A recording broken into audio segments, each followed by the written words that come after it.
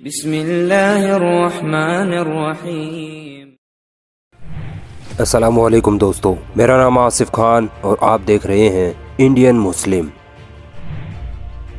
Saudi अरब के इतिहास का वो बादशाह जिसमें अमेरिका और इजराइल को आंख दिखाने की हिम्मत थी, जिसने फलस्तीन के मसले पर कभी किसी से समझौता नहीं किया, जिसके जहानत, बहादुरी और अक्लमंदी की मिसालें आज भी सऊदी अरब में दी जाती है। मैं बात कर रहा हूँ शाह फैसल बिन अब्दुल अजीज की।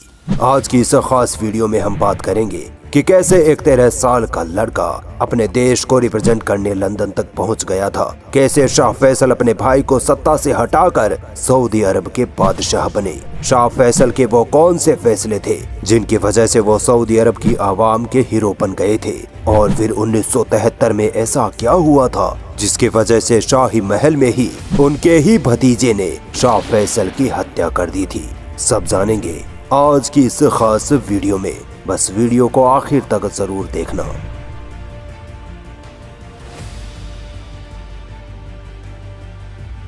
शाह फैसल का जन्म 14 अप्रैल 1906 को रियाद में हुआ था। उनके वालिद का नाम अब्दुल अजीज था। अब्दुल अजीज सऊदी अरब के वो बादशाह थे जिन्होंने ऐशो आराम को छोड़कर अपनी पूरी जिंदगी इस्लाम और सऊदी अरब की तरक्की में लगा दी थी। वो एक शानदार विजनरी बादशाह थे। वो सऊदी अरब को मॉडर्नाइज करना चाहते थे। यही उम्मीद उन्होंने अपने बेटों से भी लगाई हुई थी, मगर कोई बेटा ऐसा नहीं था जो उनके सपनों के सऊदी अरब को संभाल सके सिवाय शाह फैसल के।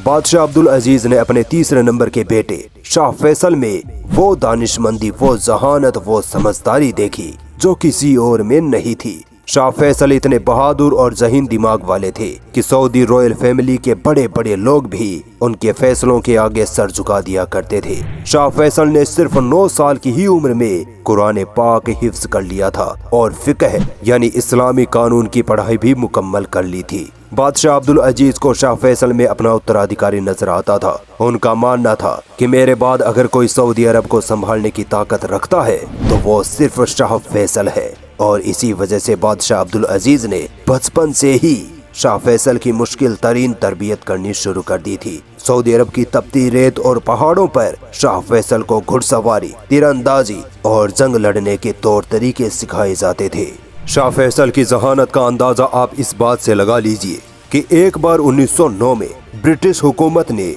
बादशाह अब्दुल अजीज को इंग्लैंड आने का न्योता दिया, मगर किन्हीं वजहों से वो जा नहीं पाए। बादशाह ने अपने बड़े बेटे शाह तुर्की को इंग्लैंड भेजने का फैसला किया, मगर उन्हीं दिनों स्पेनिश फ्लू से उनकी मौत हो गई। अब बादशाह अब्दुल अजीज की नजरें अपने 13 साल के बेटे शाह फैसल पर जा थमी। 13 साल के बच्चे शाह फैसल को सऊदी अरब का विदेश मंत्री यानी फॉरेन मिनिस्टर बनाकर लंदन भेज दिया गया। लंदन में शाह फैसल 5 महीनों तक रहे। इस दौरान ब्रिटिश सरकार भी हैरत में पड़ गई कि एक 13 साल का बच्चा इतना अक्लमंद, इतना समझदार कैसे हो सकता है। फर्राटेदार इंग्लिश में बात करना, अपनी डिप्लोमेटिक बातों से अंग्रेजों को हैरान कर देना, अपने देश और दीन इस्लाम को अंग्रेजों के सामने रिप्रेजेंट करने के तरीकों को देख ब्रिटिश सरकार भी शाह फैसल की जहानत का लोहा मान चुकी थी। इतना ही नहीं, शाह फैसल जंगी महारतों से भी लैस थे।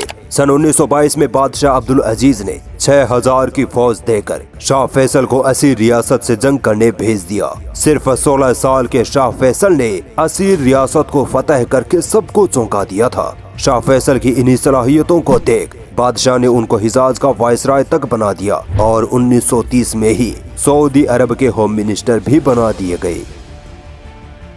वक्त आता है 1953 का, जब सऊदी अरब का इतिहास बदलने वाला था। 1953 में बादशाह अब्दुल अजीज की वफात हो जाती है और उनके जगह उनके सबसे बड़े बेटे शाह सऊद को बादशाह की गद्दी सौंप दी जाती है। मरने से पहले बादशाह अब्दुल अजीज से जब पूछा गया कि आपके बाद किसे सऊदी अरब का बादशाह बनाना चाहिए, तब उन्होंने बड़े अफसोस और गम के साथ जवाब दिया कि मेरा दिल करता है कि मैं शाह फैसल को पूरी हुकूमत सौंप दूं, क्योंकि वही अकेला है जो सऊदी अरब को आगे ले जा सकता है। मगर शाही खानदान का रिवाज है कि सबसे बड़ा बेटा ही हुकूमत का हकदार होगा, चाहे वो लायक हो या ना हो। इसीलिए शाह फैसल की जगह शाह सऊद को सऊदी अरब का बादशाह बना दिया गया और शाह फैसल को देश का प्रधानमंत्री। एक तरफ शाह फैसल, जिसकी जहानत का लोहा अंग्रेज भी मान चुके थे, शाही खानदान में सबसे समझदार, दानिशमंद और बहादुर इंसान माने जाते थे, जिसको विदेश नीति, राजनीति, देश को कैसे डेवलप करना है, कैसे तेल का इस्तेमाल करना है, हर तरह का एक्सपीरियंस था। जबकि दूसरी तरफ शाह सऊद, जिसको सिवाय अय्याशी के किसी तरह का तजुर्बा नहीं था। खुद सऊदी अरब के मामलों में भी शाह सऊद की पकड़ मजबूत नहीं थी और ना ही रॉयल फैमिली और उलमा इकराम उनके सपोर्ट में थे।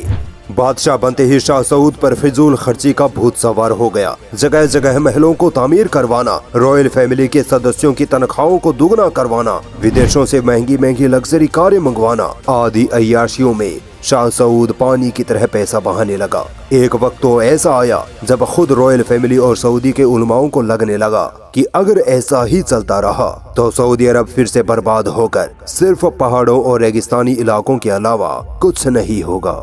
लिहाजा रॉयल फैमिली और सऊदी उलमाओं ने शाह सऊद को जबरदस्ती बादशाहत के पद से हटाकर शाह फैसल को सऊदी का बादशाह बनाने का फैसला किया। मगर शाह फैसल ने इस तरह बादशाह बनने से इनकार कर दिया और कहा कि मैं तभी बादशाह बनूंगा जब शाह सऊद खुद अपनी मर्जी से बादशाह का ओहदा छोड़ देंगे। ये दानिशमंदी थी शाह फैसल की।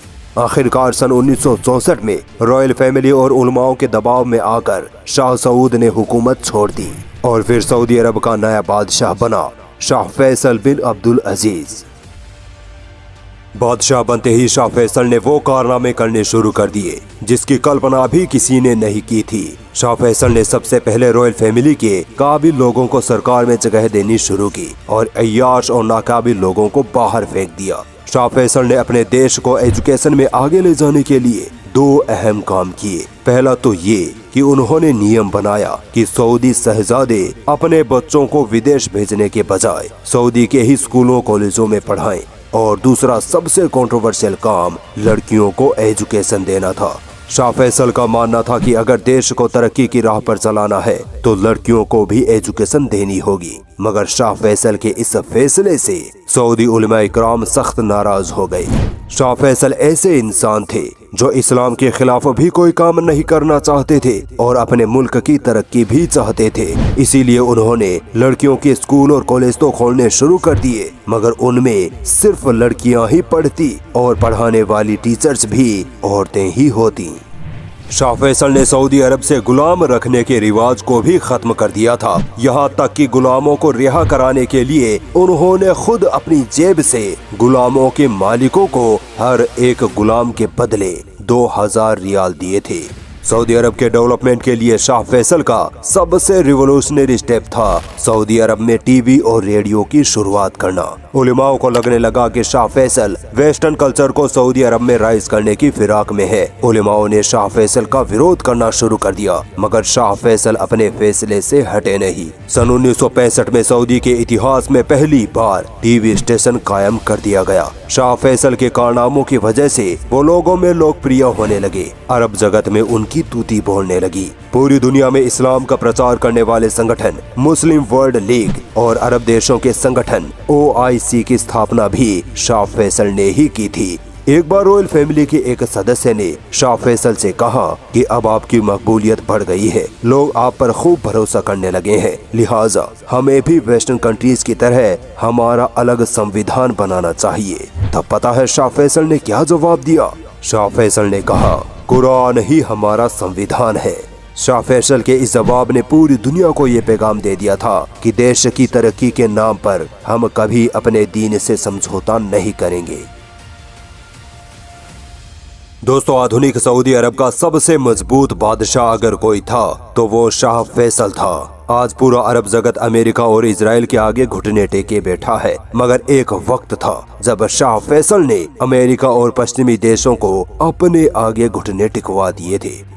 बादशाह अब्दुल अजीज के जमाने से ही सऊदी अरब के अमेरिका के साथ करीबी रिश्ते थे और शाह फैसल भी अमेरिका पर एक दोस्त की तरह भरोसा करते थे, मगर ये भरोसा 1973 में टूट गया। 1973 की अरब इजराइल जंग में अमेरिका ने अरब देशों को धोखा देते हुए इजराइल का साथ दे दिया, जिसकी वजह से अरबों को बहुत नुकसान उठाना पड़ा। शाह फैसल को ये गद्दारी बर्दाश्त नहीं हुई। उन्होंने अमेरिका को सबक सिखाने की ठान ली। शाह फैसल ने अमेरिका को धमकी दी कि अगर अब अमेरिका ने इजराइल का साथ दिया तो हम तुम्हें तेल देना रोक देंगे। अमेरिका ने इस धमकी को मजाक समझ लिया और कहा, तुम्हारी इतनी औकात नहीं कि तुम अमेरिका का कुछ बिगाड़ लो।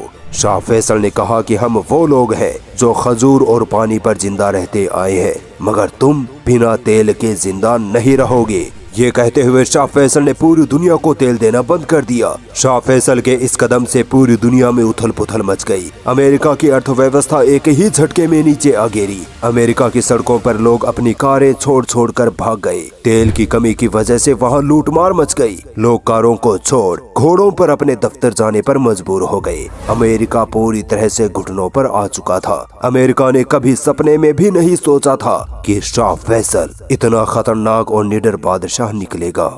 मगर दोस्तों, अमेरिका को पहुंचाए इस नुकसान की कीमत शाह फैसल को अपनी जान देकर चुकानी पड़ी। साल 1975 शाह फैसल अपने शाही महल में लोगों की फरियादें सुन रहे थे। उन्हीं फरियादी लोगों में कुवैत के कुछ लोग भी बैठे थे। शाह फैसल ने देखा कि उन कुवैती लोगों के बीच उनके सौतेले भाई का बेटा प्रिंस फैसल भी बैठा है। अपने भतीजे को देख शाह फैसल अपनी कुर्सी से खड़े हुए और मुस्कुराते हुए अपने भतीजे की ओर बढ़ने लगे। शाह फैसल अपने भतीजे को जैसे ही गले लगाने के लिए आगे झुके, इतने में प्रिंस फैसल ने अपने जुब्बे से एक बंदूक निकाली और 2 गोलियां शाह फैसल की ओर चला दी। एक गोली शाह फैसल की ठुड्डी पर लगी और दूसरी कान पर जा लगी। शाह फैसल वहीं गिर गए। अचानक हुए इस हमले में शाही महल में हाहाकार मच गया। एक शाही गार्ड ने तलवार से प्रिंस फैसल पर हमला कर दिया, मगर शाह फैसल के एक मंत्री ने चिल्लाकर कहा कि प्रिंस फैसल को जिंदा पकड़ना है। प्रिंस फैसल को पकड़ लिया गया और उधर शाह फैसल को फौरन हॉस्पिटल ले जाया गया, मगर डॉक्टर उन्हें बचा नहीं पाए। प्रिंस फैसल पर शाह फैसल के कत्ल का मुकदमा चला, मगर सऊदी अदालत ने प्रिंस फैसल को ये कहते हुए मौत की सजा देने से इनकार कर दिया कि प्रिंस फैसल की दिमागी हालत सही नहीं है। दरअसल इस्लाम में ये कानून है कि अगर कातिल की दिमागी हालत सही न हो तो उसे मौत की सजा नहीं दी जा सकती। मगर जब सऊदी अरब के डॉक्टरों ने प्रिंस फैसल के दिमाग की जांच की तो पाया कि प्रिंस फैसल की दिमागी हालत बिल्कुल नॉर्मल है। बाद में इसी आधार पर सऊदी अदालत ने प्रिंस फैसल को शाह फैसल के कत्ल के इल्जाम में मौत की सजा सुना दी। प्रिंस फैसल को रियाद में बीच चौराहे पर लाकर 10,000 लोगों के सामने उसका सर कलम करके उसको मौत की नींद सुला दिया गया। मगर अब सवाल पैदा होता है कि प्रिंस फैसल ने अपने चाचा शाह फैसल का कत्ल क्यों किया? क्या दुश्मनी थी? दरअसल शाह फैसल का सौतेला भाई शाह मुसाइद शाह फैसल का तख्ता पलट करना चाहता था। इसीलिए जब शाह फैसल ने सऊदी अरब में टीवी स्टेशन की शुरुआत की तो शाह मुसाइद अपने बेटे खालिद के साथ एक टीवी स्टेशन पर हमला कर देता है। टीवी स्टेशन की हिफाजत में लगी पुलिस जवाबी कार्यवाही में गोलियां चला देती है, जिसमें शाह मुसाइद के बेटे प्रिंस खालिद की मौत हो जाती है। ये प्रिंस खालिद प्रिंस फैसल का सगा भाई था। कहा जाता है कि प्रिंस फैसल ने अपने भाई की मौत का बदला लेने के लिए ही शाह फैसल का कत्ल किया था। मगर असल हकीकत ये है कि अमेरिका ने प्रिंस फैसल को 1973 में हुए नुकसान का बदला लेने के लिए शाह फैसल को मारने के लिए मोहरा बनाया था। प्रिंस फैसल अमेरिका में ही रहता था, वहीं उसने अपनी पढ़ाई की और सैन फ्रांसिस्को स्टेट कॉलेज में दाखिला लिया हुआ था। प्रिंस फैसल दीन इस्लाम से दूर एक अय्याश और नशे का आदी इंसान था। जब शाह फैसल ने 1973 में अमेरिका को तेल देना बंद कर दिया था, तभी अमेरिका ने शाह फैसल को मारने का प्लान बनाना शुरू कर दिया था और इसके लिए सबसे बढ़िया मोहरा था प्रिंस फैसल। अमेरिका ने धीरे धीरे प्रिंस फैसल को अपने मंसूबे में शामिल किया और जब प्रिंस फैसल पूरी तरह से तैयार हो गया तब अमेरिका ने उसको सऊदी अरब शाह फैसल का कत्ल करने भेज दिया। और फिर 1975 में अमेरिका ने एक मुजाहिद को धोखे से कत्ल करवा दिया। अगर आज शाह फैसल जिंदा होते तो यकीन मानिए वो कब का इजराइल को मिट्टी में मिला चुके होते। इजराइल की इतनी हिम्मत नहीं होती कि वो 30,000 फलस्तीनियों को शहीद कर देता। शाह फैसल पूरे अरब जगत में वो अकेले बादशाह थे जिन्होंने बिना डरे अमेरिका और इजराइल की आंखों में आंखें डालकर उनका मुकाबला किया था और हर हाल में फलस्तीनियों और मस्जिद अक्सा की हिफाजत में सबसे आगे खड़े रहते थे। मगर आज के अरब बादशाह अमेरिका के गुलाम बने पड़े हैं। उनका जमीर मर चुका है, उनका खून अब पानी हो चुका है। इजराइल मासूम फलस्तीनियों पर मिसाइलें दाग रहा है और अरब हुक्मरान तमाशा देख रहे हैं।